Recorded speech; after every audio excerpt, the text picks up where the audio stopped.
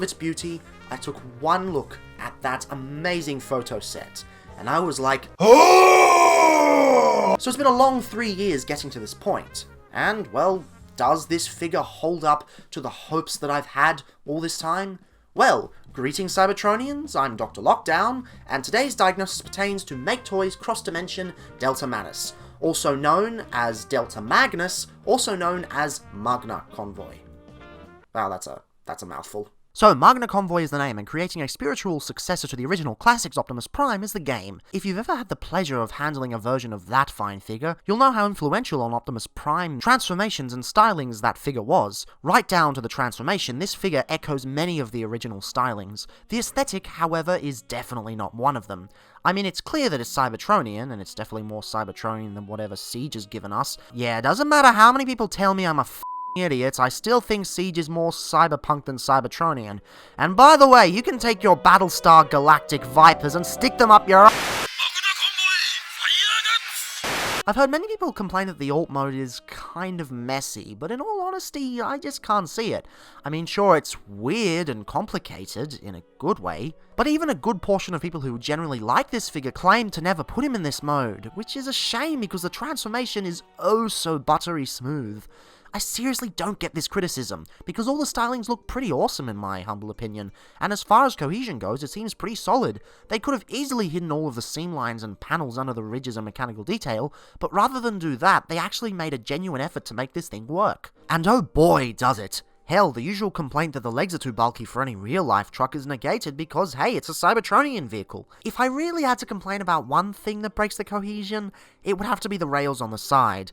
They do look a little unsightly, but come on, it's so minor that it really isn't worth dwelling on. It really does surprise me how this figure comes across as both minimalist and extremely overcompensatingly anime. Paint-wise, there really isn't much to speak of. It's bare bones with a teensy bit of silver at the front and behind the windows, on the wind vane, on the wheels, and towards the back. Come to think of it, most of the paint on here is silver, except for some slight gunmetal variants. You can tell that the budget went into the engineering, as opposed to the paint. It's definitely a different design philosophy than many are used to seeing on a high-end Transformer.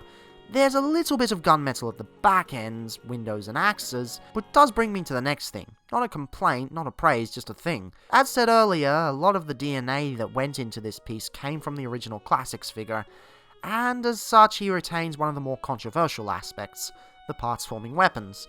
Now personally I never hated this aspect, as parts-forming weapons are okay in my book. It's only really when you parts-form a major part of the robot design that could have been engineered properly that I get angry. Headmasters? Fine. Weapons? Sure, why not? Combiner kibble? No problem. Weaponizers? What the f*** are you smoking? And yet still I buy them, so what does that say about me? I will say that if you hated the wind vane on the original, this is done a lot better. I mean, I don't really understand you, but hey, you do you, man. Still, the way this is incorporated into the vehicle is definitely much better.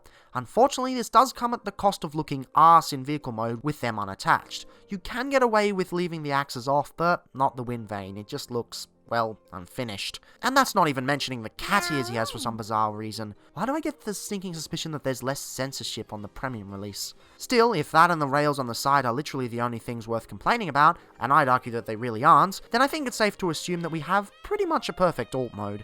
Everything here is so meticulously calculated that all you can really do is behold him with your jaw dropped. Wait, is that unpainted taillights? Unacceptable! 0 out of 10! As for weapon storage, he also comes with a proper ion cannon. The untrained eye might think this was to placate those who pestered Maketoys for not including one originally, but it's actually a singular element of the weapon multipack that came with Striker Noir and the premium edition of Striker Manus. Now this is an actual complaint of mine because honestly, why doesn't he have the weapon pack? Aside from the original, every other iteration comes with the pack. Hell, even the Legendary Toys knockoff has the pack.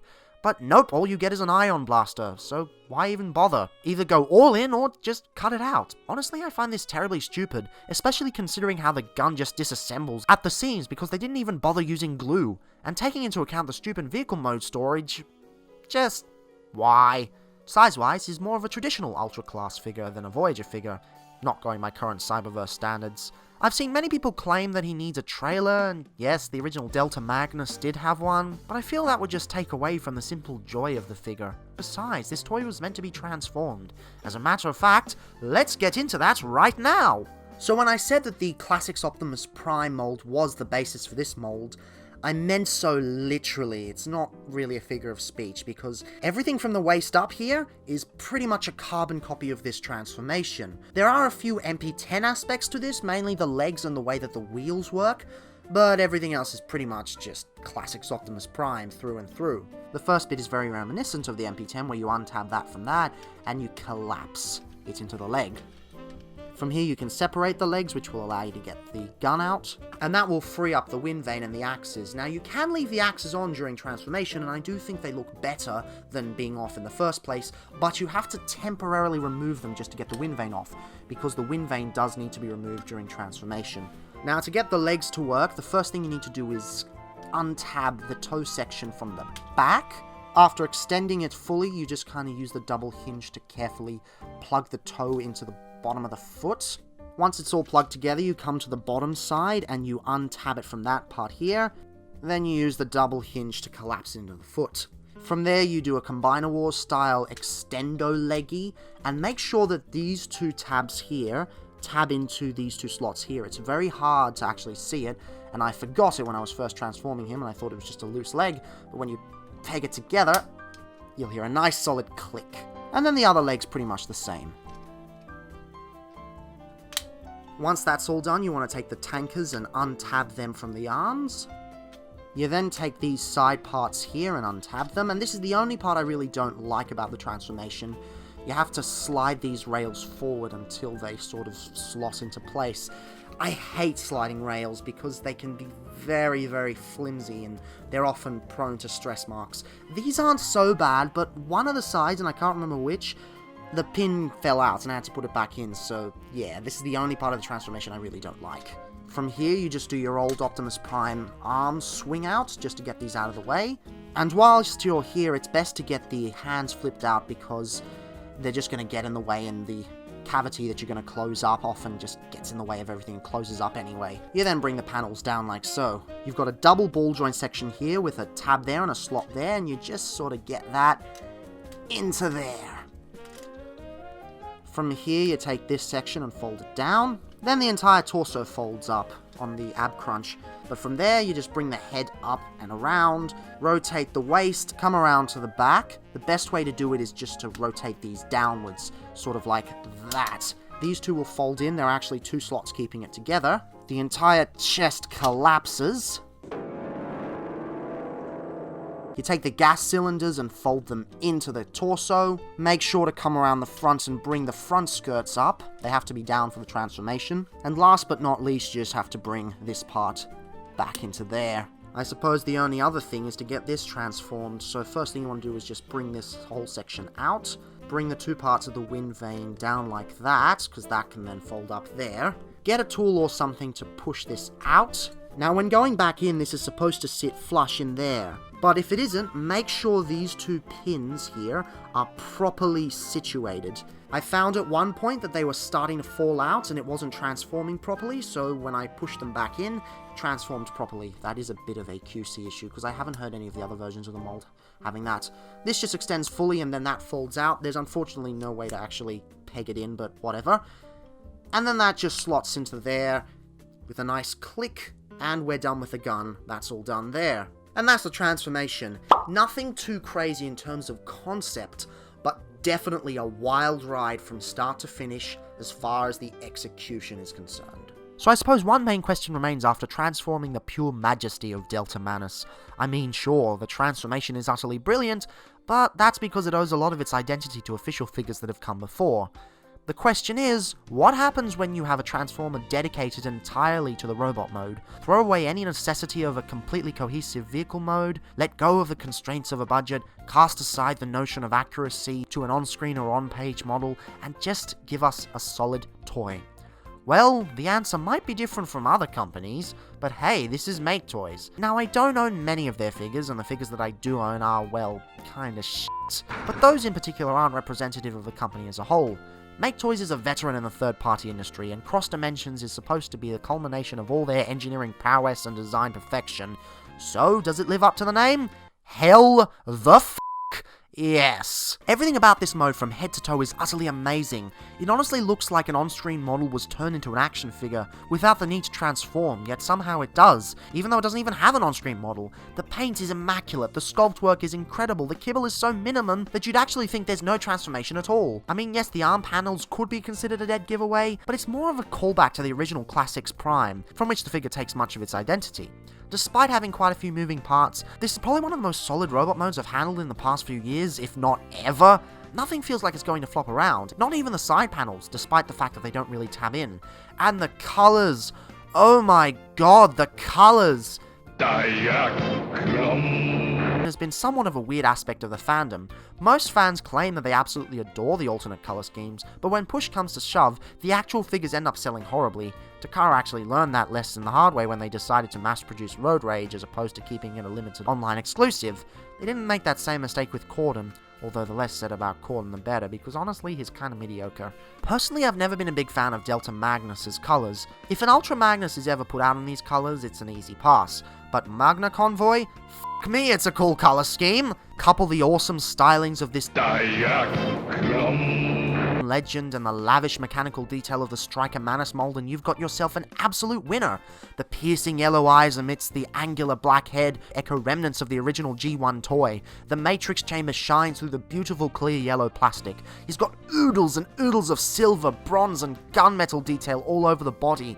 I mean, yes, the yellow is a tad thin, but yellow is the hardest paint to do on any action figure, and compared to attempts other companies have done, it's barely noticeable. There's not a single part of his body that has been left without key mechanical details. They haven't left a single surface empty, and the effect is mesmerizing. And hey, no kibble on the back. His back is entirely clean, and all this is brought to life in the gorgeous black and blue color scheme. Sure, it would have been somewhat cool if this were Optimus or Nemesis Prime, but the fact that it's something different, something new, makes this that extra bit special. Repaints have always had their special charm to them, and although they're a gamble, this definitely paid off. Maketoys knows how to make even the most novel concepts work, and deliver to the fans in every single way. Weapon-wise, he's definitely taken the cues from the original classics Optimus Prime again. Of course, the wind vane turns into a gun, and it looks alright, I guess.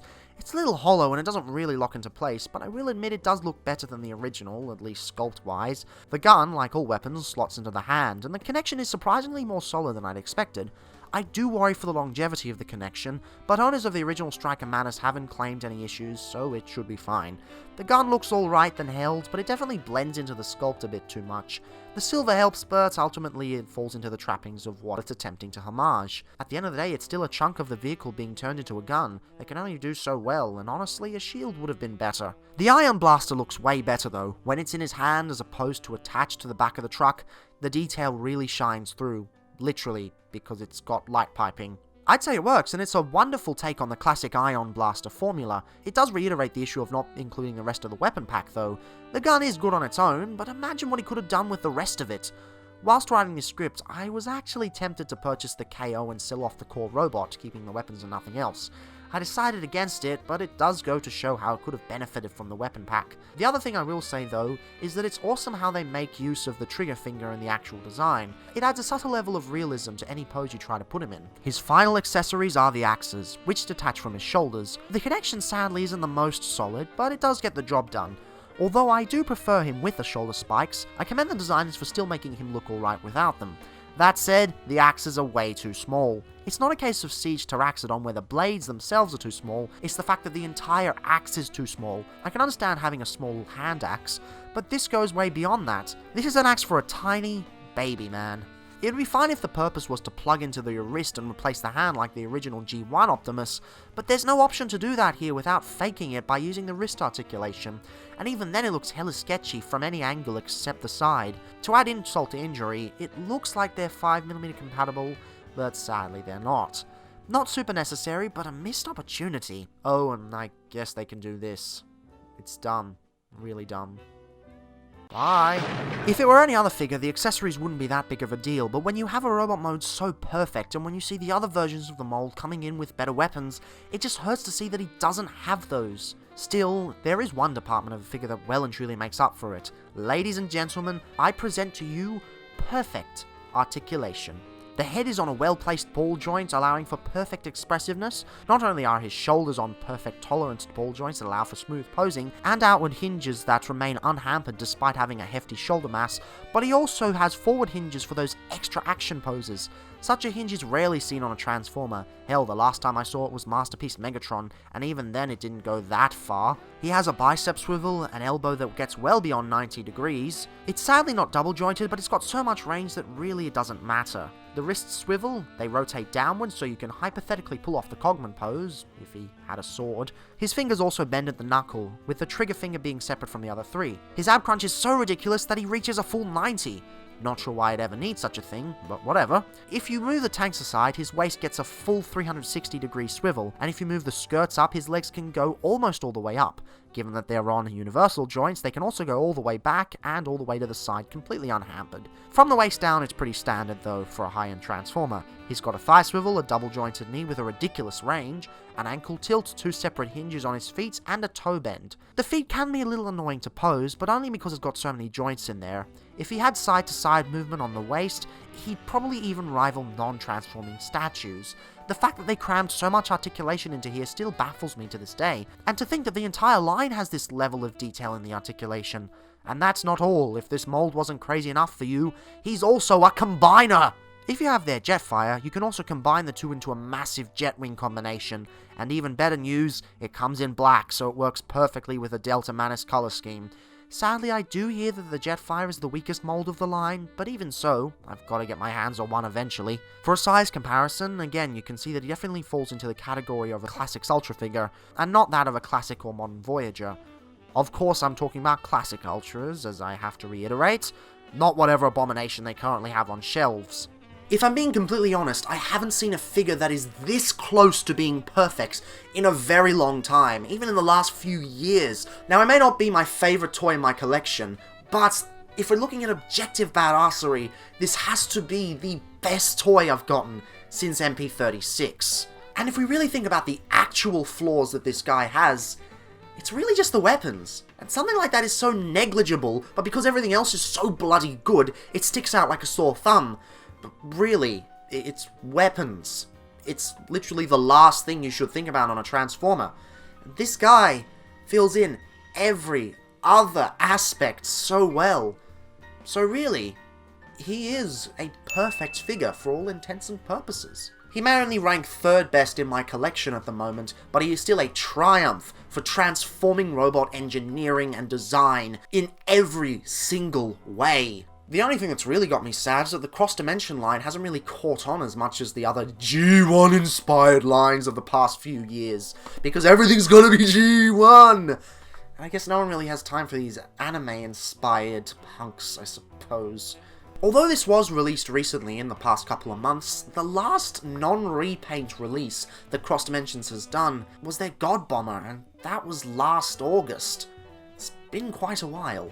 Not to mention that they haven't given us any news on their supposed Galvatron opting to instead focus on a million G1 Seeker repaints. Yes, it's a safe bet and makes them a lot of money, but they're still just repaints, and it is kind of disappointing that this line isn't getting that kind of love. I hope that this passion project of theirs can get a lot of the funds from that Seeker money, and I hope they continue this line well into the future. And hey, whatever the case, what we have here is an utterly brilliant toy that you deserve to have in your collection. In fact, I'm prescribing you this toy in your collection. If you collect third party and aren't beholden to any particular aesthetic, then you should go out and buy one version of this mold. It doesn't matter which one it is. Honestly, I don't even have any jokes to finish off with. It's just that good a figure. There's no crazy things to discuss. He's just an amazing toy. Just go out and buy him right now!